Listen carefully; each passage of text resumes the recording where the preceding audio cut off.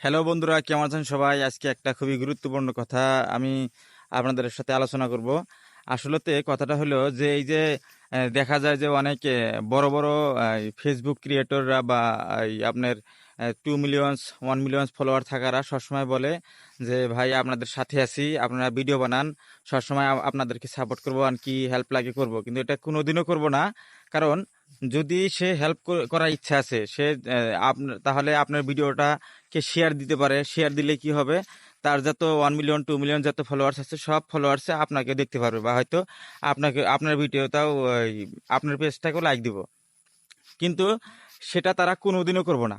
কারণ এই এই কামটা যদি করে তারা কি তাহলে কি হবে, তাদের যেটা ফলোয়ার্স আছে অনেকগুলো ফলোয়ার্স আপনি পেয়ে যাবেন, কিন্তু এই কামটা কোনোদিনও করবো না, বা আপনার ভিডিও কোনোদিনও একটা লাইকও দেবো না, শেয়ারও দেবো না। তারা শুধু কয়ে থাকবো যে আপনি ভিডিও রেগুলারভাবে আপলোড করেন বা এটা করেন ওটা করেন, ভিউজ অটোমেটিকলি বেড়ে যাবো।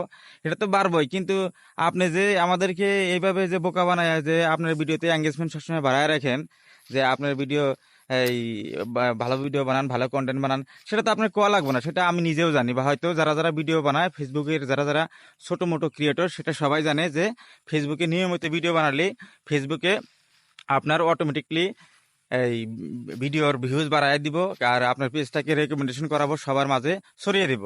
কিন্তু এই কিছু ক্রিয়েটর আছে যে সবসময় এইটা আপনার ফেসবুকে এটা করেছে, ফেসবুকে এটা করলে এটা হবে, সেই সব ভিডিও দেখে আমাদের শুধু খালি টাইম লস করায়। ফলেতে দেখা যায় যে লাস্টে ভিডিও দেখে দেখে টাইম আমরা এমনিই চলে যায়, আর কোনো ভিডিও বানাইতে পারি না। সো সো আপনাকে একটাই কথা বলছিলাম যে কোনোদিনও তাগর ভিডিও দেখে দেখে আপনি নিজে নিজে বড় হতে পারবেন না। আপনি যদি বড় হতে চান, নিজের কন্টেন্ট সবসময় আপলোড করাই লাগবো।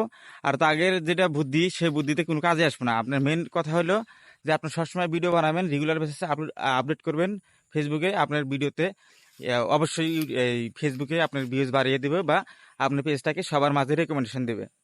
কিন্তু এই যে এই বড় বড় ক্রিয়েটরের কথা শুনে আপনি যদি আপনার টাইম লস করেন, এটাতে আপনার কোনো লাভ হবে না, বরং খালি লস হবে। আশা করি আপনাদের ভিডিওটা ভালো লাগলো, ইনফরমেশনটা ভালো লাগলো। যদি পছন্দ হয় ভিডিওটা লাইক করেন। Thank you.